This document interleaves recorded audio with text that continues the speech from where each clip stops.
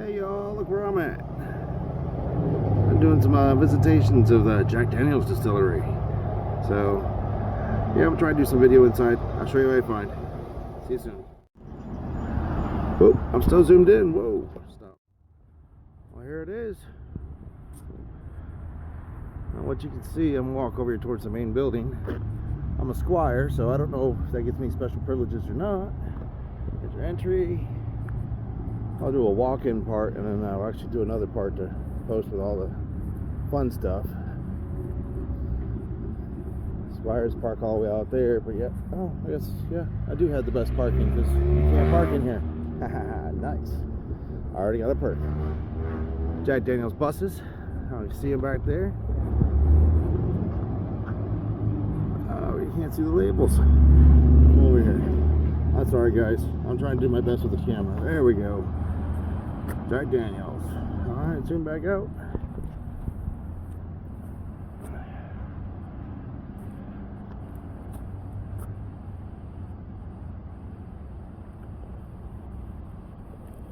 Alright, so I don't know if I'll be able to get a tour or not. I'm kind of late because my shoot scheduled and then canceled. So, seems to be the going thing on this trip. It's a barrel house. Should have brought my big camera, but my cell phone will do. There we go, barrel house. Pretty cool.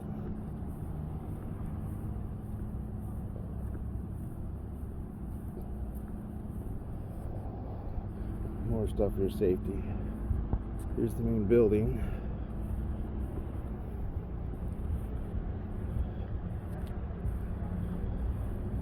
Nice little river running down through here. Pretty fucking cool. Alright, so I still got 2 minutes. Oh, there you go. I'll show you everything.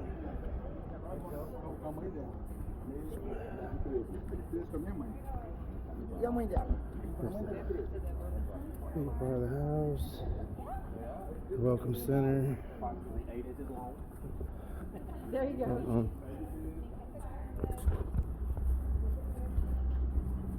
Alright. We're going in, guys. Visitor center. Cool floor mats. Let's go see what we can get into. I'll give you a tour.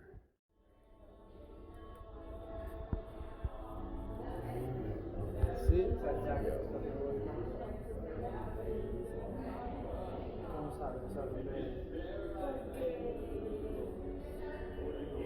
don't know how to do the tree, guys. There's just so much here.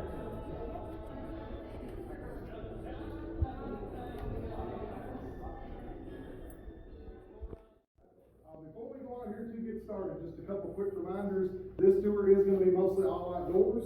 If it does start raining, we are going to get a little wet, and just preparing you for that. We do have flights of stairs we're going to be going up and down all throughout this tour. We'll be out here about an hour and a half. That being said, there are no restrooms on this tour. So now is the time before we leave the building, all right? As we go out here to get started, they're going to offer you a quick photo. That's just you and who you're with today, next to one of our old barrel trucks. At the end of the tour, you'll be able to see it, have the option to do perks if you like, but again, that'll be up to you. And right after that, we're going to hop on one of our buses. They will take us up to where we'll be getting started. Y'all follow me right this way, please.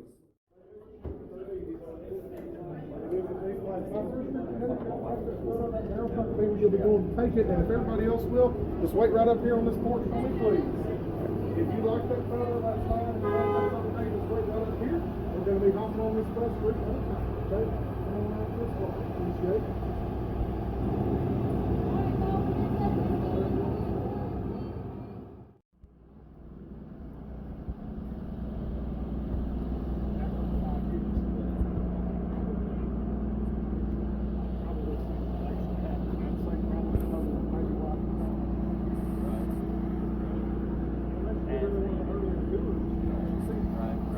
So, like I told you, we have been giving these tours here for quite some time, but we've been making whiskey here a whole lot longer than we've been giving tours, so because of that, we're not really going to be talking about anything in any particular sort of order today, but by the end of this tour, I think it'll make a little bit more sense to you, and when you leave here today, you will know how to make Jack. So in advance, you're welcome. All right. That being said, the first place that we're starting at, this is what we call the rick yard.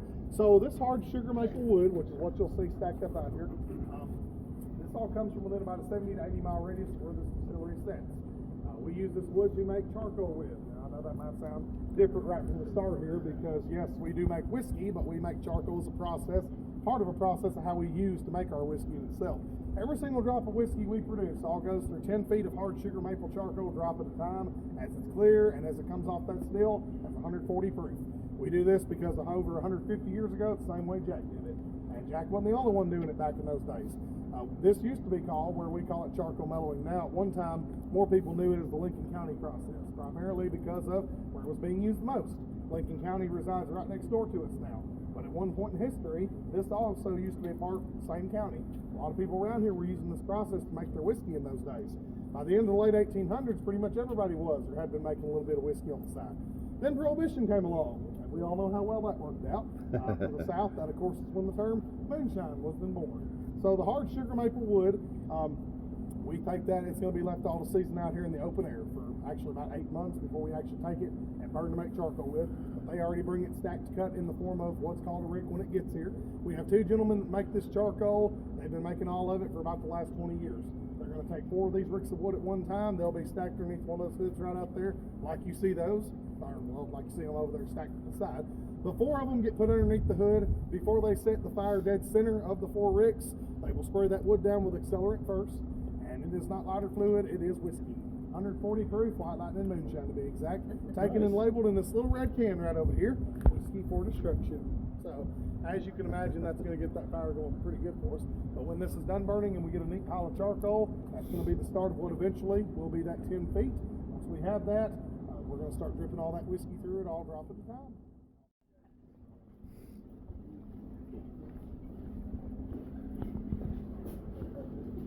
So, from start to finish of getting the actual charcoal, it's going to take about 2 hours total. The wood takes roughly about 1.5 hours to burn down fully, burns at about 2,000 degrees Fahrenheit. Takes about a half hour's worth of water to put it all out to get correct charcoal. What I mean by that is too much added too soon. You get spots in there of wet unburnt wood, which we can't use. Too little water too late, then it's pile of ash, not charcoal. Like I said, they've been doing this for quite some time. But the finished product of this charcoal will look like something about like this, which will be correct. But before we use this, they're going to take and grind it up to a little bit smaller size. It just helps make it more packable and allows that whiskey to drip through with a little bit more ease. So once they have a full bin of charcoal, that'll be carried over to a neighboring room right next door. This will be fed through a machine. It'll grind it up from this size into just a little bit smaller, kind of more like a pea gravel-like size consistency. I don't know if I can get one here. A little bit more like this right here. And this is what we're going to be using. So each drop of our whiskey is going to go through 10 feet of this charcoal drop at a time. This is the step that we do that makes Jack Daniels a Tennessee whiskey and not a bourbon. As far as what the 2 differences between the 2 titles of those whiskeys are, it's this right here. This does not give anything to it. It strictly takes away. When that clear whiskey drips in, it comes out the same way it went in, 140, clear as water. This is the filter, taking out all the corn oils, the fatty acids, and it's what makes the whiskey sick and smooth. It's done for 2 reasons. One, because it's the traditional step you have to take in order to be a Tennessee whiskey. 2, and the more important reason, this is what makes Jack Daniels Jack Daniels. Because from start to finish of how we're making it today, we're still making it the same exact way Jack did. The only difference today, we're just making a heck of a lot more of it. Later in the tour, we're going to see this charcoal again, and we're going to talk a little bit more about it. But 10 feet of charcoal in our vats is going to last us for about a year, which is why you can come back here and take this tour 10 more times and still never be here when they burn those bricks of wood out there. Simply because they do this as needed, not by schedule. It will take a total of 4 burns, 16 ricks to make 10 feet of the charcoal for each vat. But like I said, we'll see that charcoal and we'll talk a little bit more about it later in the tour. Before we leave the rick yard, I have my own little whiskey for destruction can right over here. So what you're going to do, I can't spray it in your mouth, I'm sorry, but if you'll come on up here, cup your hands out like that, give you a little spritz, rub them together, get you a good whiff. Look at y'all already getting ready. All right. There you go. Question number 2, can I lick my hand? Well, it's your hand. I can't tell you what you can and can't do with it. Come on up, come on up. There you go. Yep, I had to lick it. I had no choice. Anybody else? Everybody knows. Yes, sir. Anybody else? Not for seconds? Okay. I'm up for All right, seconds. Joe. Oh, yeah, well. Yeah, I'm up for seconds. Oh, did you? Okay. Oh, I'm sorry. Did I do that? I'm sorry. Surprise you or not really surprise you at all. But if you've used hand sanitizer since you've been here today, we don't buy hand sanitizer. Surprise. So if you used any since you've been here, you have actually already used this. Difference, it's just the raw, plain old whiskey, not cut with water. What you used was the 140 cut with water, but then a little bit of gel additive to it. There you have hand sanitizer. Good for all kinds of stuff. How about that? So that's the raw whiskey. When it comes off the still, it all looks like that first. 140 proof, 70% alcohol. That is White Lightning, Moonshine, Corn Liquor, Red Dog, whatever you want to call it. That's what it is. We take that, turn it into Jack and a Tennessee whiskey by our process. Now, on behalf of myself and everybody at Jack, you have all now been purified. You're welcome. Follow me this way.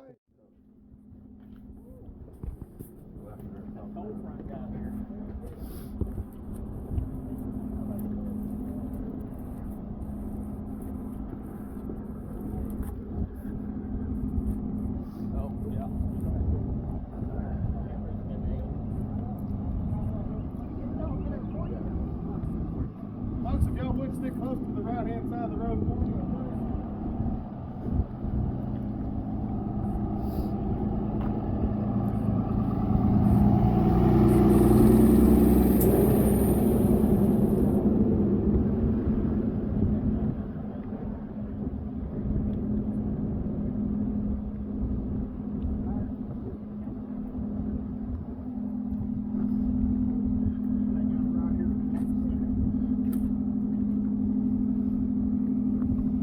So folks, we are actually going to be going through a barrel house later in the tour, which is what we are going to keep these full barrels of whiskey stored inside to sit mature. So we'll see one a little bit later. But our barrel houses are spread all over the place. That's one of them sitting right up there on top of that hill right there. They don't look like much. To some people they look like old abandoned buildings. To others they look like prisons, which it is only just a prison for the whiskey though. So each of those barrel houses all stand 7 stories tall. Each one holds 20,000 barrels of Jack, 53 gallons to a barrel. Each one has right over 1 million gallons of whiskey inside of it. We have 92 of those spread all within a 5-mile radius of the distillery all over this county. Number 93 will be built sometime here soon. And that's because a few of y'all out there might be doing a good job for us. If any of you are those people, we appreciate your support. Thank you. All the back to this slide.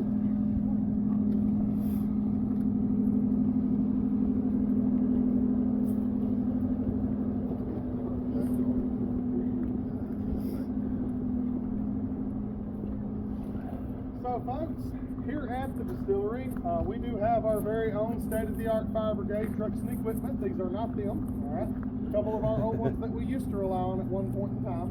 The one to the left still runs. That is a 1928 REO Speedwagon, and yes, that is where the Rock Band Group got their name from. The one on the right over here does not run, but that is a 1919 American LaFrance. We mainly use these trucks mostly for media these days. Most all of our commercials are filmed here at the distillery with our employees and local people. The active fire brigade that's here today, that's all kept about 1.5 miles down the road station, south bottling plant. We've luckily never had a case to use those trucks or these old ones back in the day here at the distillery because we never lost whiskey due to a fire. And certainly hope that we never do, but we got them for a little extra insurance to help take care of all these barrel houses that are spread around here. Today our active fire brigade is made up of about 40 different people that are all full-time employees of Jack Daniels, and they work in all different departments of the distillery. What brought Jack here in the first place, and that is the water source. We're going to go see that and talk a little bit more about that story. Y'all follow me.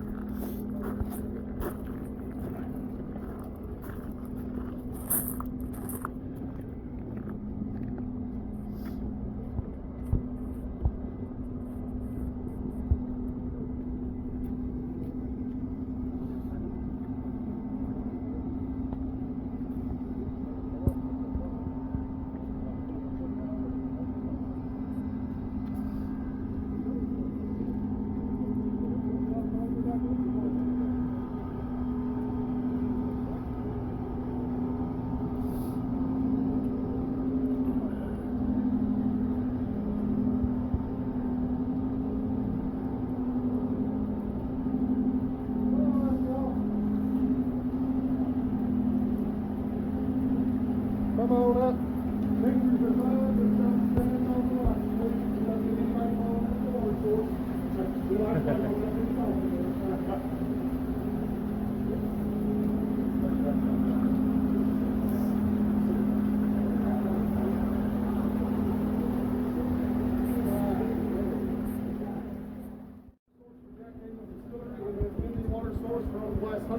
years of us making Jack Daniel's whiskey. This water is what brought Jack here in the first place, and it's why we're still making whiskey here all these years later. Now, even though we've been here for almost the entire life of the distillery, where Jack actually got started and learned how to make whiskey took place about 5 miles south of here. And that's actually where Jack Daniel's was registered before he brought it to where we're at today. So the story of how Jack came to be here starts off with young Jack. Jack was born about 1848 in the month of September. We don't know the actual day in September, so when September gets here, we just celebrate his birthday all month long. Jack was born not actually as Jack. That's actually his nickname. He chose to go by. His real name is Jasper Newton Daniel. He did not like the name Jasper, which is why he chose to go by Jack. But Jack was born as the youngest child of 10 children. Right around the time that he was about 3-4 years of age, his grandmother had gotten sick and passed away. Jack's father remarried a few years after this. Now, Jack did not get along with his stepmother very well, and he left home somewhere around the age of about 7 or 8 years old. Oh my, times have changed, haven't they? So, Jack had stayed with a couple of different people growing up for the 7 years. One of those people was a man named Dan Collins. And Dan owns a farm in the area where things get started here. This is late 1850s, right before Jack was a teenager. On that farm, like most people, Dan Paul had a whiskey still. That whiskey still was under the watching care of an enslaved man named Nathan Nears Green. These were still the years prior to the Civil War and Emancipation as well. Dan and Nears were both teaching Jack to make that whiskey. It was primarily up to Nears to do so. Whiskey making was Dan's side job. He was primarily a Lutheran minister. I told you earlier that just about everybody's making whiskey on the side back in those days. There's your today. That was not uncommon or unheard of in those times. So the church knew Dan made whiskey, didn't have a problem with it at first. Time went on, and eventually their minds on the subject began to change a little bit. So they eventually made him choose between the whiskey and the church. He chose to stay with the church. Sold the still to Jack. This age, Jack's about 12 or 13 years old. Also not uncommon in that time period. From that point forward, here's to Jack. They need to work side by side with each other. They made whiskey together out there on that farm up until right around 1881. Now we're looking at Jack in about early 30s and wanting to find the right location to continue his whiskey distillery. But when he left and packed up, he had traveled down this direction, heard by word of mouth about this spring being back here. So Jack came back here, he set up shop, and here we are today. As far as the water, it all flows out of here 56 degrees year round. It's iron free. That's primarily why we use it. Iron and whiskey don't interact well together. The iron turns the whiskey to a dull white color and sours it. And that's why we're still using this source. That all happens by the Tennessee limestone rock that all this water comes through to get out.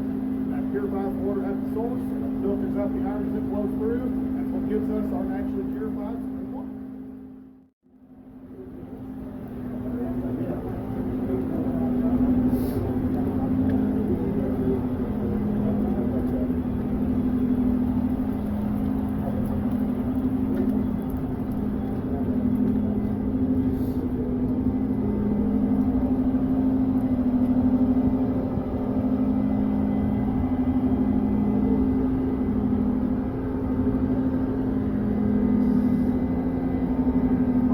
Benefactor and friend right here.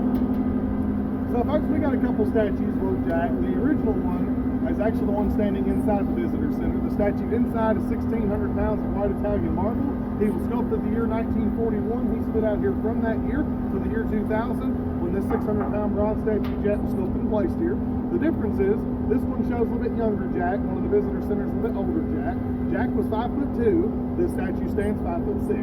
The Tennessee sculptor that made this statue said he felt Jack was a little larger than life, so here he is, a little larger than life. Shoe size is correct. Jack wore a size 4 men's shoe. That's what he's wearing. The Jack that's standing in the visitor center is standing 5'2", and he's wearing a size 12 shoe. So, we do take into consideration that ironically both these statues were actually sculpted on Good Friday, so they might have something to do with it. But the one that's standing inside, they tried size 4 on him. Unfortunately, Jack fell over. So due to the way he's carrying, size 4 wasn't going to do it to help support all of it. The only way they could get him to stand upright was by putting bigger shoe size on him. But this statue's name, Jack on the Rocks, and did that himself. If you want to hop up here for your picture made, you're more than welcome to. Just watch the stick and go with it. I'm going to let this Jack.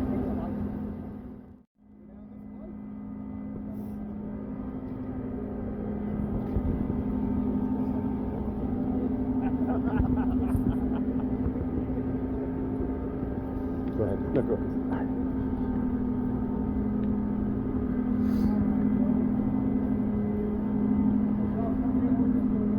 Left-hand side here first, watch your step going in.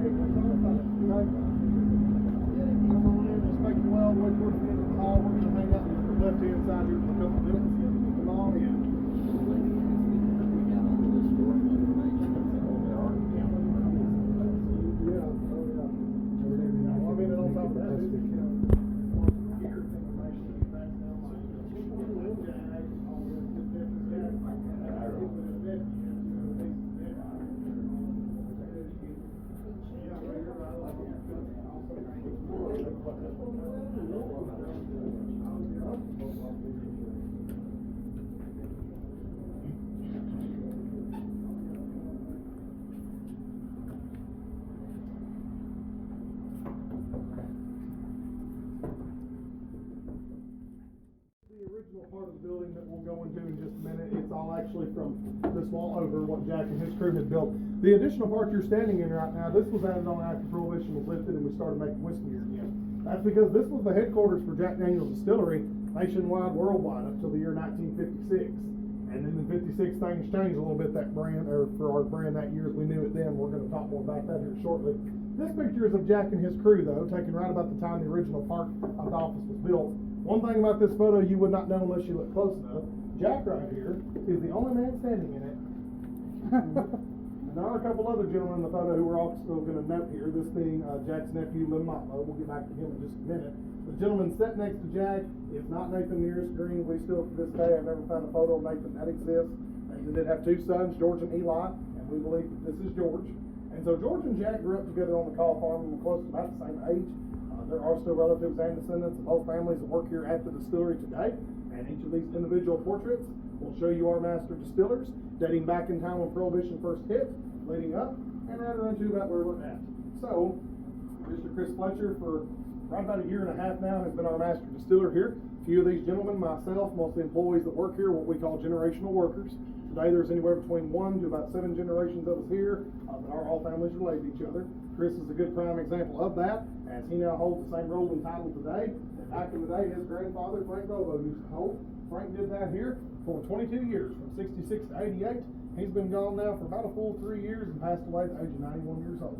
And on the side of every old number 7 bottle we ship anywhere around the globe, we keep one statement printed on the side of the label. It reads as this right back here. Every day we make it, we'll make it the best we can. That is our quality policy, that is what Jack lived by when it came to making that whiskey. And for us, it takes 3 grains to make all this whiskey, which are also back here as well. But we try to buy as local as we can. The very best number 1 yellow corn, malted barley, and rye. That's mixed with our yeast, our water, 5 ingredients, all make sour mash. That's the start of all the whiskey. And we'll see that and talk a little bit more about it once we get into production.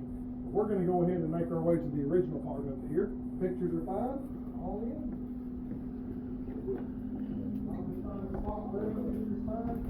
Sneaky tour, yeah, no, cut off first.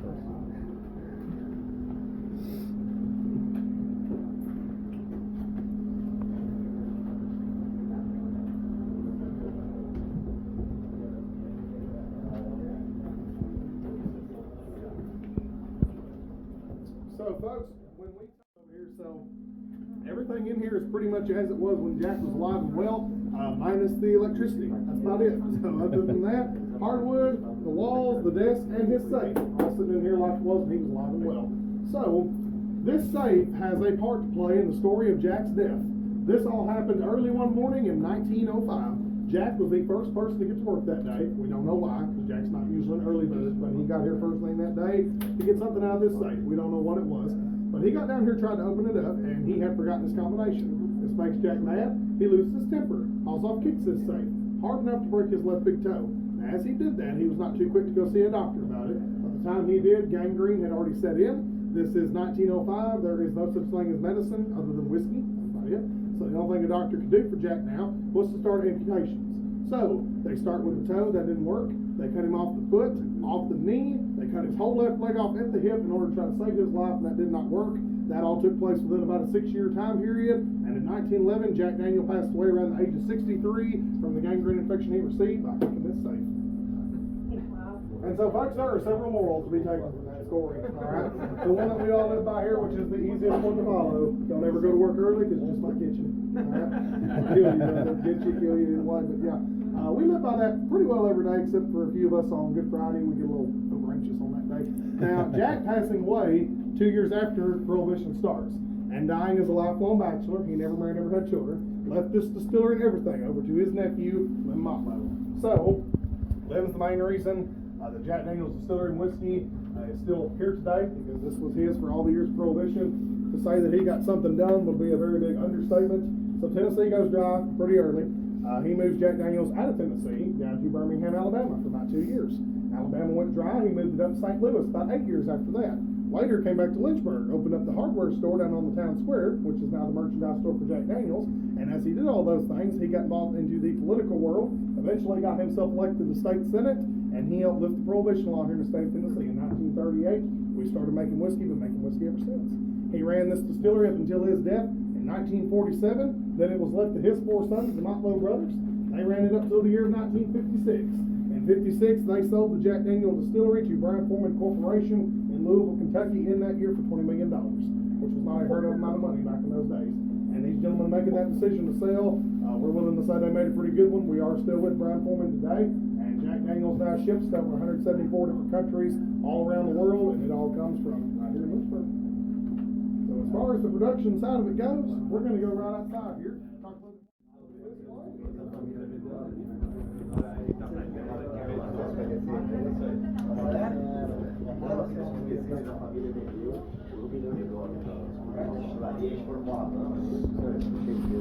Ah, a família veio pra quem?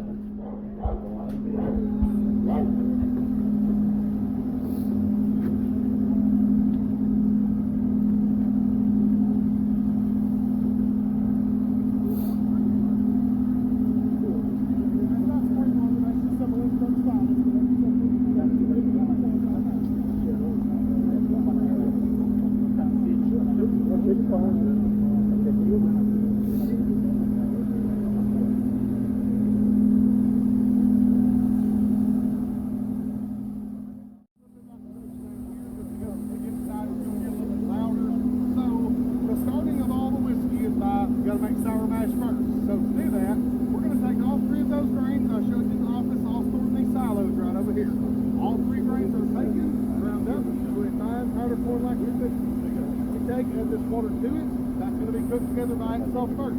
Once that's done cooking, that mash is taken and sent over to a fermentation tank. It's going to sit in these tanks to ferment for about 4 days, during which we add our yeast. Now once we do that, everything's going to break down in the furnace. Dry grain is what gives you the spicy nuts that are in the whiskey. Malted barley converts the starch into corn to sugars, which the yeast will turn into alcohol. That takes place in 4 days. After that, that will give you sour mash. Basically, it just looks like uncooked cornmeal, and it's what you're smelling right now. So taken, pumped up into the top of that tall, slender building down there. That's our still house. And there we've got 4 stills. So these stills are 40 feet tall, 100% continuous flow copper column stills. 2 small ones, 2 large ones. Those 2 small stills produce about 15 gallons of whiskey per minute. 2 large stills produce anywhere from 35 to 40 gallons per minute. The way that works, that sour mash is taken, pumped up into top of these stills. As this mash slowly works its way down the still, it's going to be going through several of these copper trays and holes in it. So while it slowly works its way down, we're taking and shooting 200 plus degree steam up from the bottom. Steam hits that mash, forces all that whiskey out of it as a vapor. We take that vapor to full collecting condense it back into liquid form. That liquid that pours off the still will be a clear 140 proof, 70% alcohol. Y'all got all that? Yeah, I know, clear as mud. So we get inside, we're going to be making a little bit more sense of it. When we go in, the first 2 steps that we see will be backward. We have to go through distillation, get fermentation. The way you make whiskey, fermentation comes first. Once we get inside, no pictures inside any of the buildings, please. And watch your steps as we make our way up.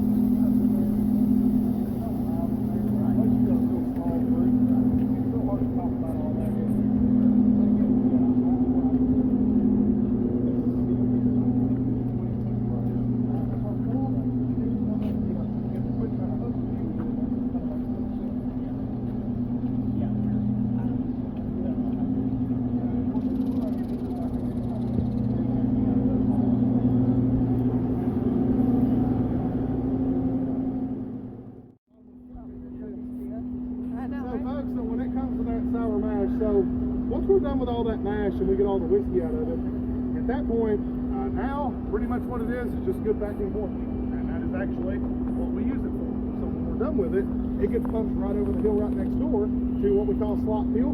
That's where all the farmers come to buy it for a cheap price to feed to the cattle and hogs.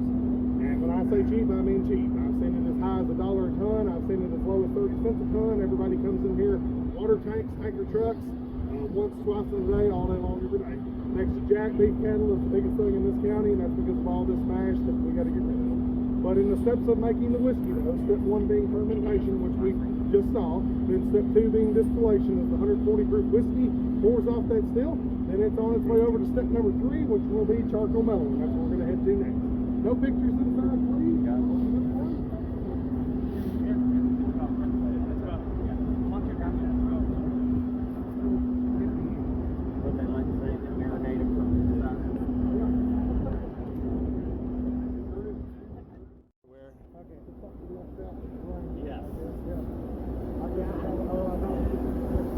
And my house is actually in Vegas.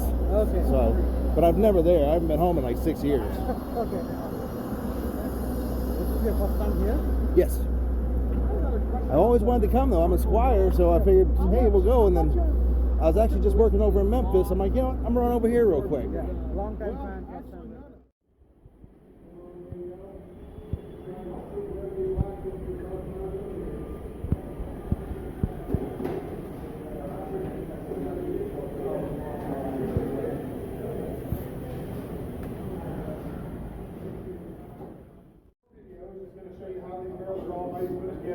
So all of our barrels are made out of new American white oak.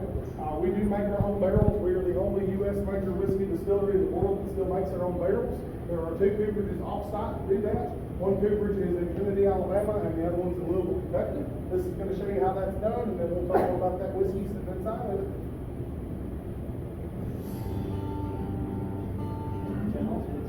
Here at Jack Daniels, we don't put our whiskey in barrels. We entrust it to them. You see, a good barrel is more than a container for the whiskey. It's really an ingredient. All of the whiskey's color and a good part of its flavor are drawn from the barrel. That's why we go to the extra effort to make our own, crafted from American white oak. The rough staves are cut from the trunk and left to season in the open air. The simple seasoning of the wood prepares the oak to contribute to the character of the whiskey. Next, the staves are carefully planed, cupped on one side, and the joints cut at a slight angle. A mistake here, and the barrel will leak, giving the angels more than their fair share. Now the staves go to the barrel raiser. Yes, barrels are raised, not built. The cooper fits together by hand staves of different widths, like puzzle pieces. 33 staves to the barrel. A seasoned barrel maker will raise 250 barrels a day. Now it's time for toasting, the crucial step to crafting a barrel that will impart the greatest flavor. Toasting releases much of the flavor locked inside the wood, such as our distinctive vanilla accent. Our barrel is now ready for the roar of the char tunnel's flame. As it passes through the fire, the natural sugar in the wood caramelizes. More flavor for the whiskey to draw from. Finally, a craftsman prepares the barrel for its head. The hoops are put on, the bunghole drilled, the barrel tested for leaks, and inspected under a cooper's watchful eye. At long last, the barrel is ready to receive its whiskey. It'll go in clear with a hint flavor, but emerge mature with a rich amber color and a warm, robust taste we all know as Jack Daniels. We believe the barrel is so important to the quality and maturity of the whiskey that we go to the added expense of making our own. We hope you'll agree. The extra effort is well worth it. Alright, y'all, so like that video mentioned, like we briefly talked about, whiskey getting all its color, most of its flavor all from a barrel. The barrel houses outside are not climate controlled, they're all wood frame wrapped in tin. During this time of year, it's still going to be like walking into a big refrigerator right now. It gets up to about 95 degrees out here in the summertime, and it's going to get up to about 120, 130 degrees for a barrel house. What that does to one container, of course, into the summer, all these pores are going to expand up and wide up. So you go inside, until the winter comes back, it closes back up, whiskey spores back out. All of our whiskey is going to sit in these barrels to mature for no less than 4 years. And so for no less than 4 years, it's just going to work its way in and out of that barrel. That's what gives it all of its color and all of its flavor. The whiskey leaves behind these dark lines on the side. We call them the soak line. Soak lines just show you how deep the whiskey soaks its way in and out of that barrel, all while it sits inside to mature. Every single used barrel stay will have that dark line somewhere, just a little bit of extra indication. So everything in the barrel, mostly, except for a few specialty products, but everything in the barrel, no less than 4 years. After that, we're going to take out anywhere between 175 to 250 barrels at a time that come from all different floors, different barrel houses to be mingled together. We do that because whiskey, even though that barrel house may be full of the same exact product, whiskey that comes out of those barrels on the bottom floor is not going to come out looking and tasting like the whiskey all the way above it. As you all know, heat rises. So, higher it go, hotter it gets, wider the pores open, deeper whiskey gets inside. Deeper it gets inside, more color, more flavor it will be able to take out with it. So we will mingle barrels from all different floors and do that with most everything we make, but not everything. Some products we don't. For instance, single barrel select. Single barrel came out in 1997. It's got a lot more color, a lot more flavor because it comes strictly from the top floors of the barrel house. This is where the term top shelf whiskey comes from. Whiskey that is stored at the top. Yes, literal terms, top shelf, just like bottom shelf whiskey comes from the bottom. No, that is not a quality thing. I know when people go out to the bar or liquor store, oh, that's the good whiskey, it's on the top, right? It's more expensive. Oh, that must be the sorry whiskey. Nobody wants it, that's why it's on the bottom, that's why it's cheaper, right? So yeah, that's not quite how that works, but I know most people think of it that way. All that tells us is where it was at the barrel house. Bottom floor whiskey is not bad whiskey, it's just not going to get as much from the barrel because it can't, because heat's always going up. You get all the way to those top floors, well, those barrels work the hardest. That's where all the heat is. Whiskey goes in all the way. It's very average of the barrel. That is a very big difference for no less than 4 years. And we're going to expect a whole lot more color and a lot more flavor come out of that whiskey with that barrel as well. So, if we go up there and pick a barrel, be single barrel, we'll take it, we'll bottle it up as a single barrel at a time.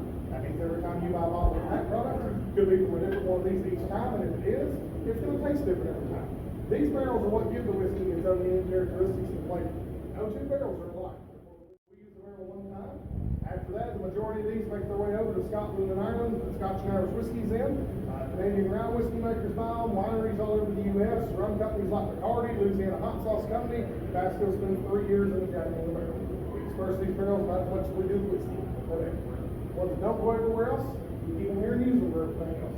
They're all display barrels, they sand them down, shine them up, place and grade them, turn them into everything you see at the visitor center.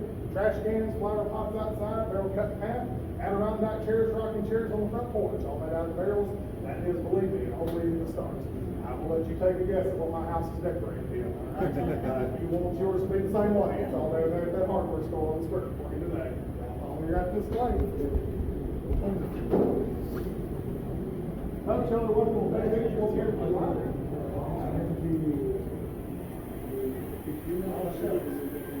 Shut it down.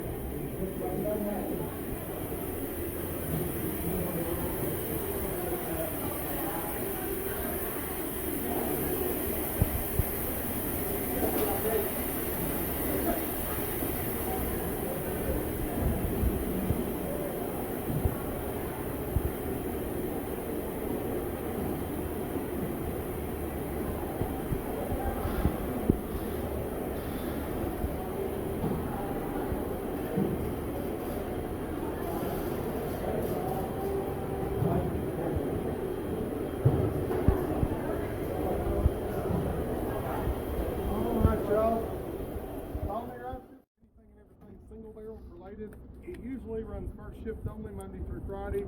Right now we're doing second shift in here too as we're playing a little bit of catch up with some of these orders right now.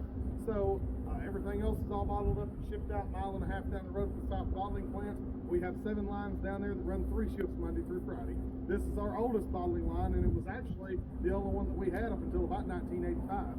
Now all the gold plaques you saw on the wall in there, that represents what we call our single barrel society. Every gold plaque is a person, group of people, organization, hotel, liquor store, airport, casino that's all bought at least one full barrel of Jack Daniel's single barrel. Full barrel of whiskey makes about 240 bottles, 40 cases. Price range anywhere between $9,000 to $15,000. Now back in the day, this was the only bottling line we had. We didn't used to write a check to send off the taxes. The revenuer used to be here to collect, and that was their office, right across from the bottling line, to make sure that as the whiskey was going in those bottles, that those taxes were being paid. You'll notice the bars on the windows. Those are original from the day the building was built. You'll notice they're on the inside, not the outside, by order of the revenuer for that very reason. You couldn't open those windows from the inside, therefore a bottle of whiskey could not be put through them. Y'all follow me right this way?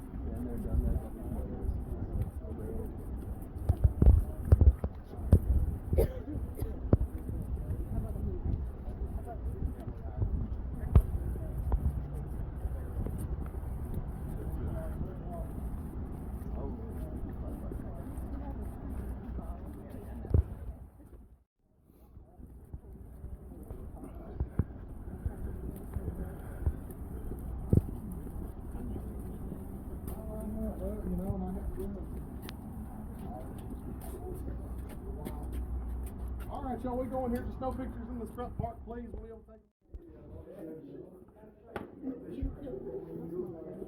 Come on in, y'all, find a seat wherever there's whiskey. Don't slip anything just yet. Pictures are fine in here, okay? If y'all would hang out, come kind of towards the front there for me, if you don't mind. And I think I might have a group of 4 somewhere in here. Come on in, y'all. Find a seat where there's whiskey. Don't slip anything just yet.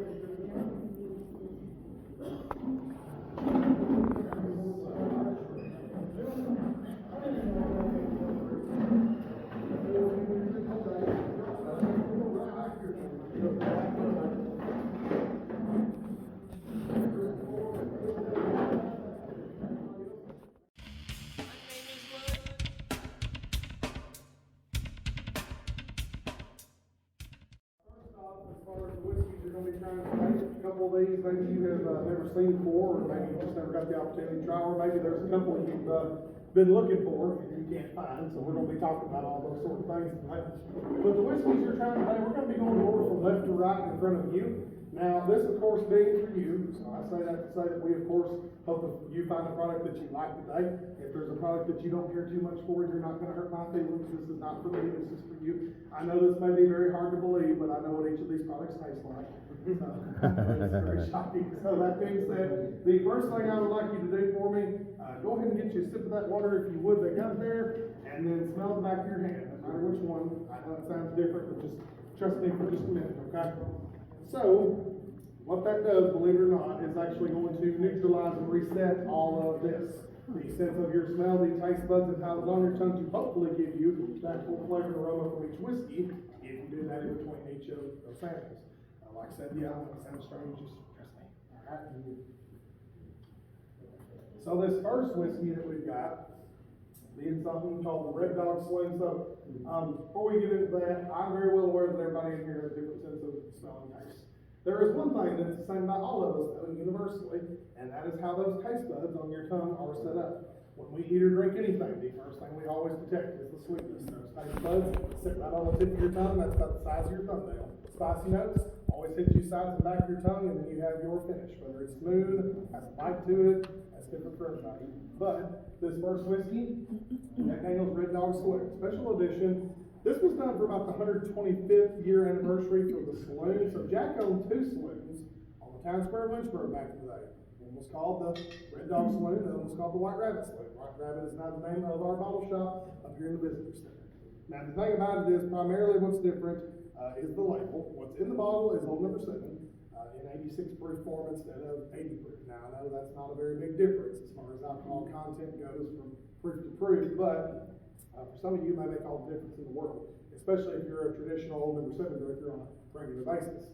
Now, the thing is, for those of you who've been drinking Jack Daniels long enough to remember, old number 7 has not always been 80 proof. Old number 7 used to be 90 proof back in the day. It went down to 86 proof in the 80s, and as of 2004, it's now 80 proof. We did that because we wanted to get it to other countries. Other countries, we can't ship some things above 80 proof. Some are above 90. We wanted to get the flagship brand out there, so we had to proof it down. Like, for instance, Single Barrel Select in the United States is 94 proof. European countries, 90 proof. Can't ship anything over that over there. So that's what we had to kind of douse it down with this. So where things went. Since we did a little bit of a throwback label, we thought we'd do a little throwback proof. Put a little 86 proof instead of 87. Just a touch bit higher in alcohol content. You can go ahead and pick that one up. Give that one a smell, far one to your left. Just smell right now, and I know, like I said, I know everybody's going to be a little bit different, and I know that there is not a lot in those cups. You can give it a taste of about half what's in that cup, and we're going to come back to that in just a second, okay? So give it a taste of about half, don't rush it, let it roll tip of your tongue, cross your tongue, get every taste bud, and we'll see what you think. And the reason that I always do this on just the first sample, no matter which tour it is that I give, mainly just give your taste buds time to get acclimated and wake up a little bit, because if you're like me, you might get that little tingle right back here that usually tells you your taste buds are waking up, and usually sometimes it might be a little bitter at first because it's the first thing you have to eat or drink with flavor going on for about an hour and 15 minutes now. So go ahead and get you a sip of your water if you would for one more time. And please understand that when you hear me say things today like vanilla and caramel and all these things you're going to hear me say, please understand that we don't go in here and put vanilla extract in your barrel. Okay, that's not what I'm talking about. When you hear me say stuff like that, I'm only hinting at things that might be there as far as characteristics and flavor that these barrels may give to whiskey. Because you have to remember, 75% of everything you're tasting from each of these products comes from this right here. The rest of it comes from the mash itself. But what this barrel gives the whiskey for you and what it gives it for me may be two different things, because we're all different people. So it'll be different for everybody. Go ahead and pick up the sample of what you have left of your Red Dog, give that one more smell. And you may notice that sweeter note to be there a little bit more. That hint of vanilla we've always been known for. The smell or tip of your tongue. Once you smell it, you are welcome to taste. So, tip of your tongue, maybe a little bit more touch sweeter note. Vanilla for some, heavier back here, a little bit maybe just oakier, kind of spicier, a little bit more sides and back of your tongue. Much more that kind of creamy, clean finish going down there. Like I said, not big difference from 80 versus 86, I know, but 86, technically it is, yeah, higher alcohol content, but also going to give you more flavor, as higher proof also does actually give you more flavor as well.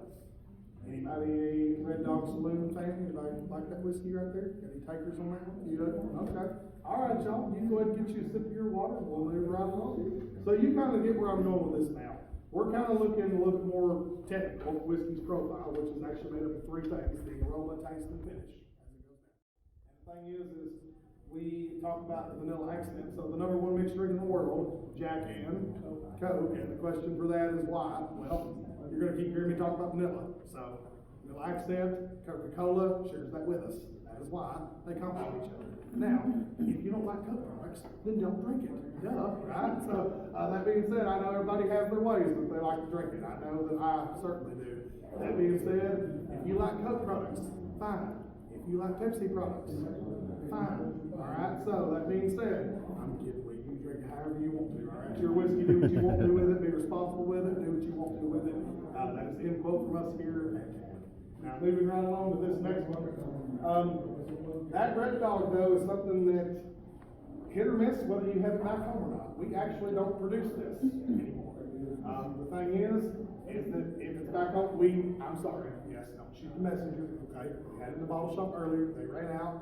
We're gonna get a little bit more. It's just not gonna be this afternoon, unfortunately. So you may see that back home. If you see it back home, you may want to grab a bottle of it, because like I said, we're not really producing this anymore. So what is being sold out there from state to state right now, that's going to be it for that whiskey.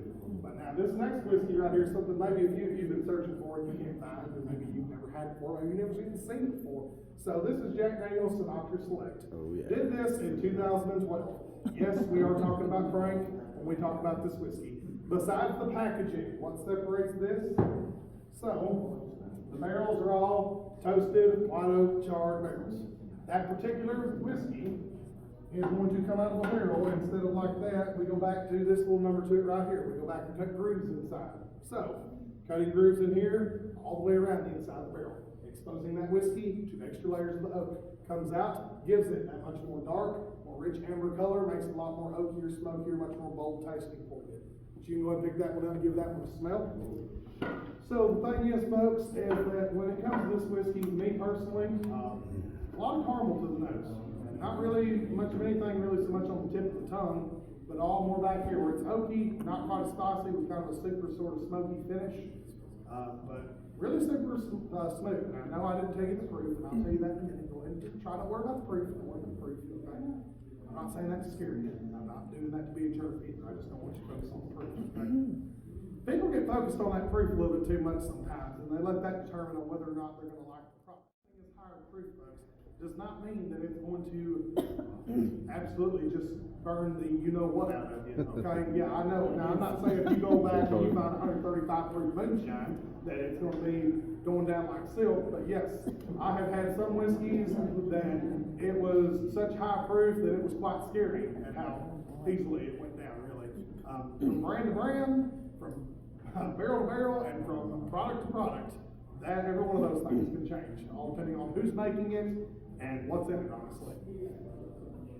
Anybody liking that Sinatra? Anybody like that whiskey right there? Any takers on that? Yeah?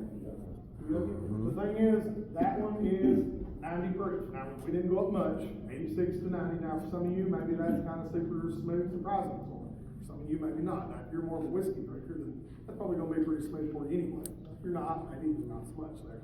Now, with Frank, that being whiskey being attributed to Frank, so Frank Sinatra, we call him Jack's biggest fan. Long story short, Frank picked up a bottle of Jack in the late 40s, tried it, fell in love with it, drank Jack from then on out.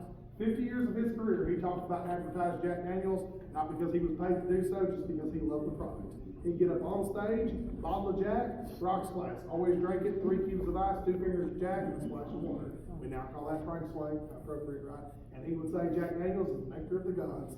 Well, if Frank Sinatra says that, then it must be true, right? Because he's Frank Sinatra. Somebody gets a liquor store, buys out Jack, sales go up, Brown Foreman comes in here in 1956, we sign the contract, and here we are today. So we did this as a little thank you tribute to Frank, but then one of the people helped get us to where we're at. We've got with Frank Jr. to help design this bottle. Frank's origin being Italian, so this is in Italian crystal glass, 1 liter, 90 proof, as Frank would have been drinking it. So there you go.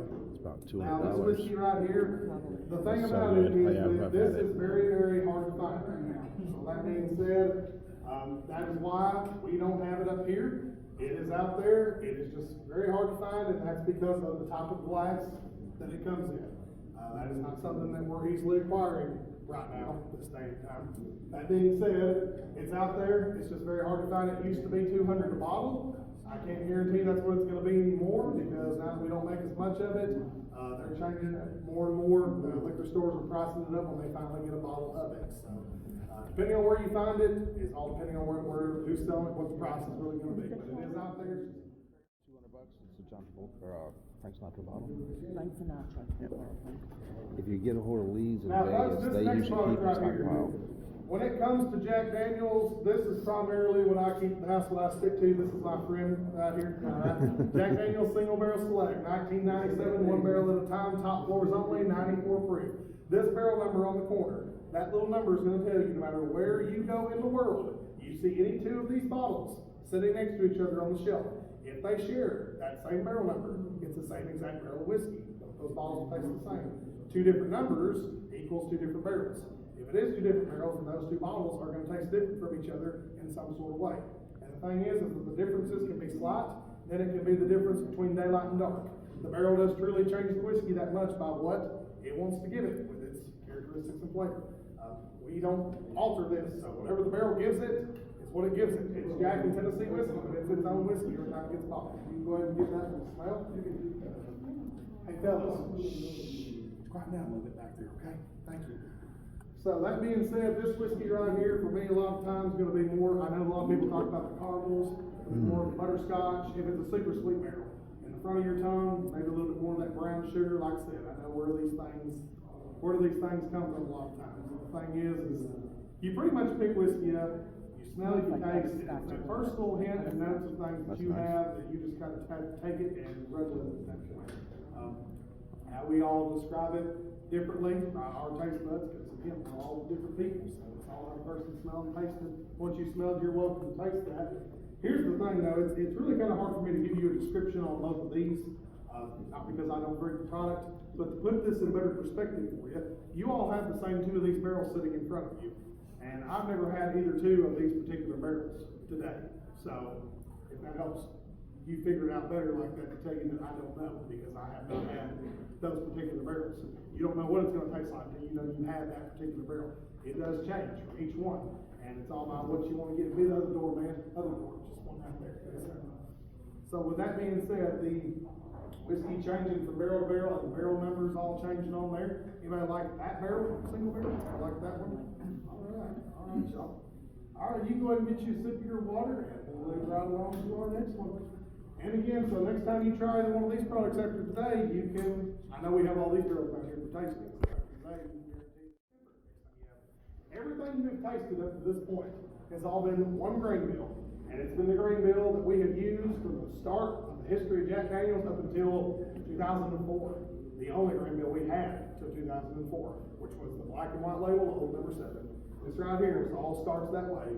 80% corn, 12% malted barley, 8% rye. That old number 7 label turns into each of these. Gentleman Jack, Honey and Fire, Apple, Single Barrel, Tennessee Tasters, Green Label, all of it.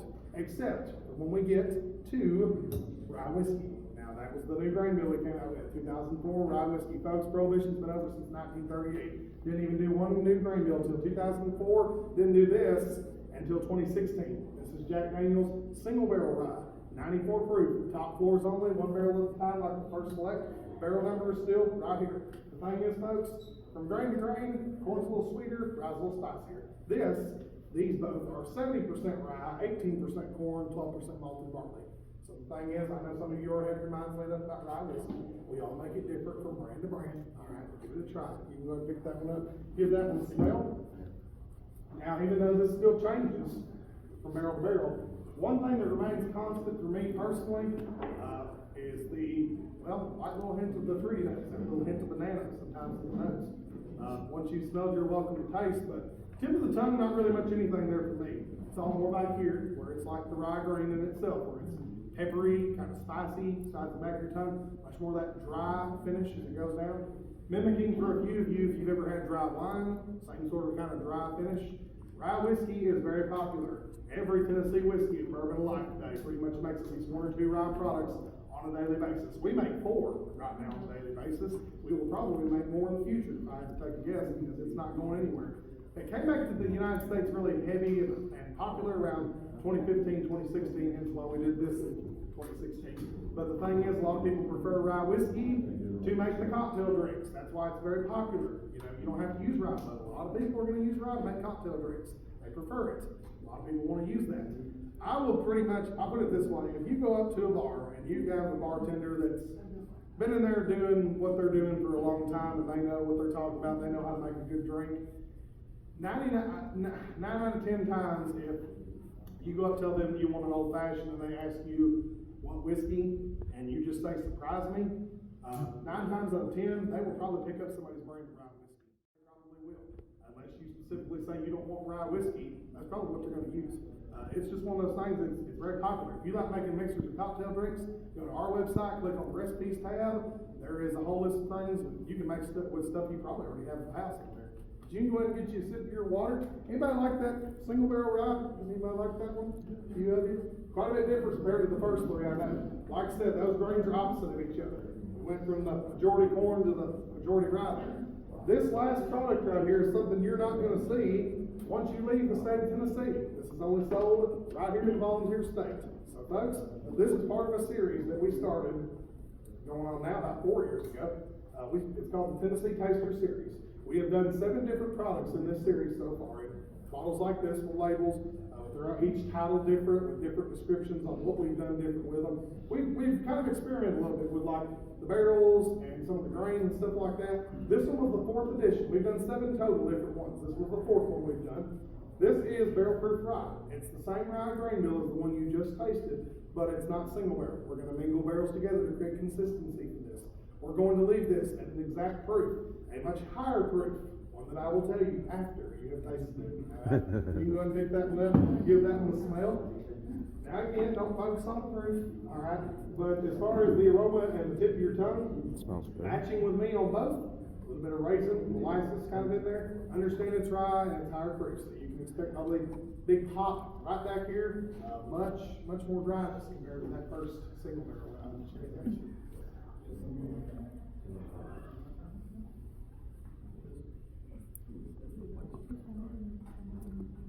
It's pretty good.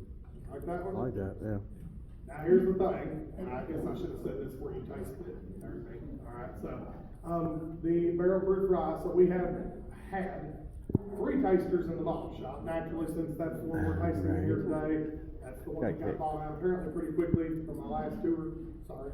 So that being said, the 2 tasters that we do have up there, I will tell you about those in just a second. Did anybody like that barrel proof rye? I like that one. Yeah, there you go. A little hot for a few of you. So, that's because this whiskey is 127.6 proof, and it's 63.8% alcohol by volume. Switch it a little bit, let it sit, and then Surprise. swallow it. There you go. Yeah. Breathe in, you'll get the full flavor. Usually water's good to the 127.6 access at proof, like ice. 63.8% alcohol, yes sir. So folks, that whiskey right there, like I said, now it's in Tennessee. Now the 2 tasters that are available up here in the bottle shop, Jamaican Allspice is what one of them's called. We took our whiskey, finished 80 days. That's bottled at 100 proof. We have one up there called Twin Blend that I really like in the series that we've done. 30 barrels of the rye whiskey, 20 barrels of corn whiskey blended together to give you a good balance of sweet versus spiciness. That's bottled at 170 proof.